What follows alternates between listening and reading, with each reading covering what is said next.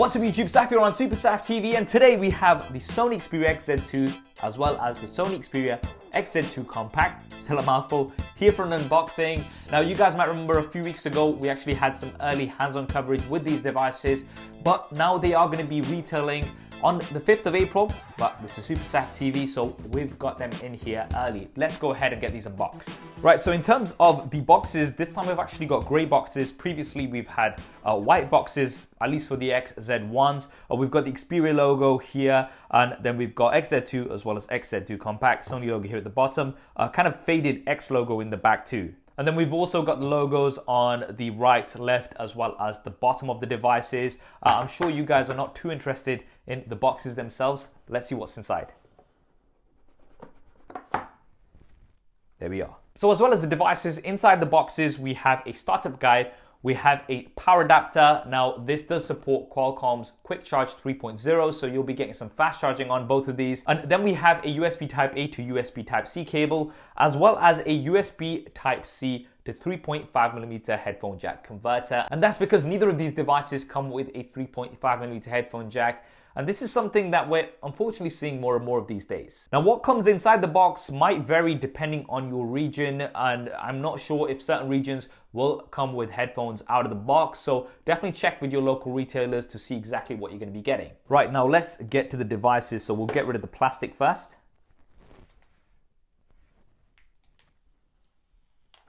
And the front. That's the XZ2. Now let's do the Compact as well.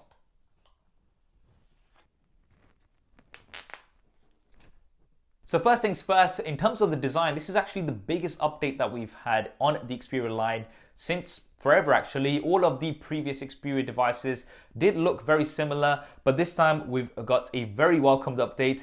There's a metal frame here, as well as 3D Gorilla Glass 5 pounds on the front and back for the XZ2. Does look really nice, but does attract a lot of fingerprints, as you can already see. I have the petrol blue version here, which to me looks like a bit of a teal, but the XZ2 is also available in a liquid black, a liquid silver, as well as an ash pink. Now, these will vary depending on your region. Now, with the XZ2 Compact, we still have a metal frame, so it does definitely feel quite sturdy, but then we have a polycarbonate back, which is definitely not as premium as the glass that we have on the XZ2. Now, I have the moss green version here, but it does come in a black, a white silver, as well as a coral pink, and this once again will vary depending on your region. Now, the great thing is that both devices are water and dust resistant. This is something that Sony actually introduced in the premium flagship line, something that we've had for quite a few years on the Xperia devices, although it has now become more common practice. We've also got an anti-bend and anti-twist structure, so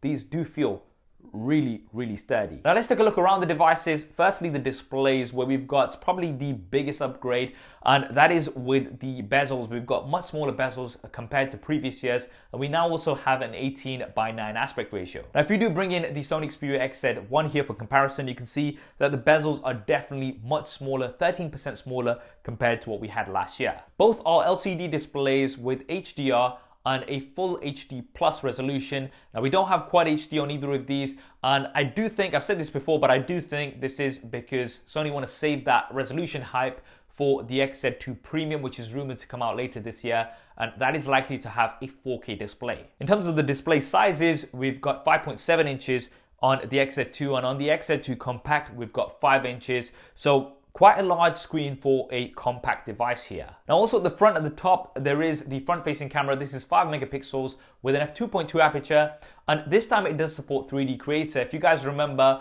on the XZ1s, you had 3D Creator from the rear-facing camera, and that basically allowed you to scan faces and objects in 3D by using the rear-facing camera, but this time you also have it on the front-facing camera, so you can have 3D selfies. Now in my brief testing, this does work quite well, but it's not something that I think I would use on a regular basis. It might be something that you do.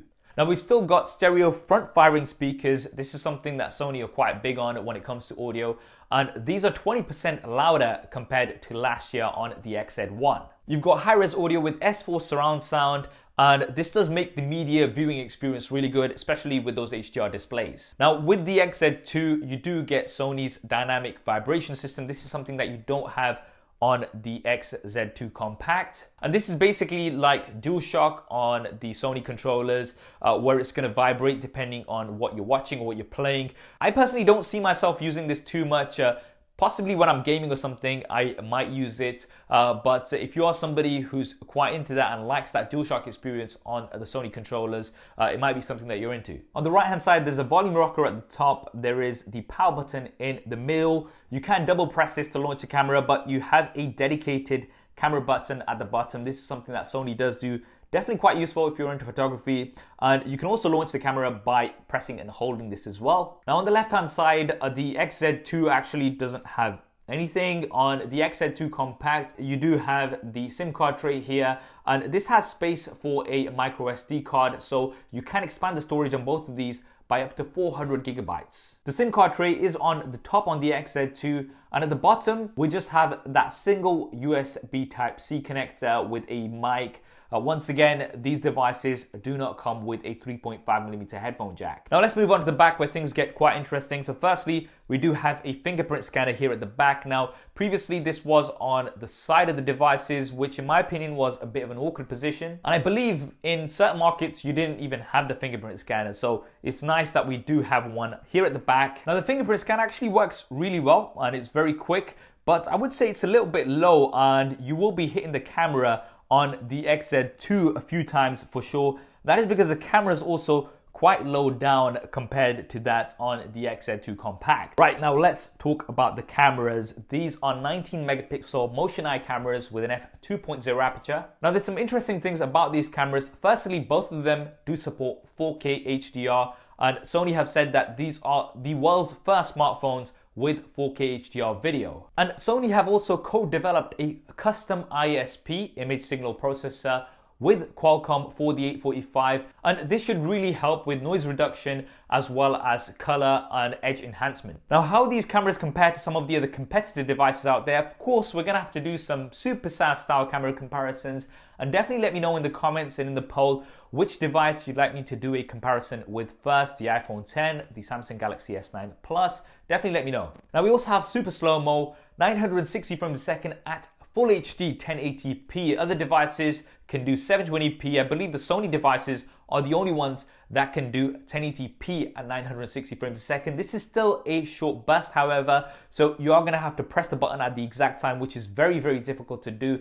And we don't have automatic motion detection like we have on the S9 Plus. Now, in terms of the internals, we do have the latest and greatest. So we've got the Qualcomm Snapdragon 845 processor on both of these, as well as 4 gigabytes of RAM and 64 gigabytes of base storage. This is something that I'm personally really happy about for the XZ2 Compact. We usually see smaller devices, a lot of manufacturers kind of cut down a lot on those features, but we do have everything here. And if you are somebody that's after a compact device, I still think that the Xperia Compact line is the best option out there. We've got Android Oreo out of the box for both of these with Sony skin on top.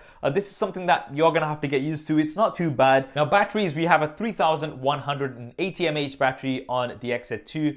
On the XZ2 Compact, we have a 2870 mAh battery. Now, because we have Full HD Plus displays on both of these, not Quad HD, I would expect these to last a decent time. But as always, you can get a quick top up using the fast chargers that come out of the box. The XZ2 does support Qi wireless charging.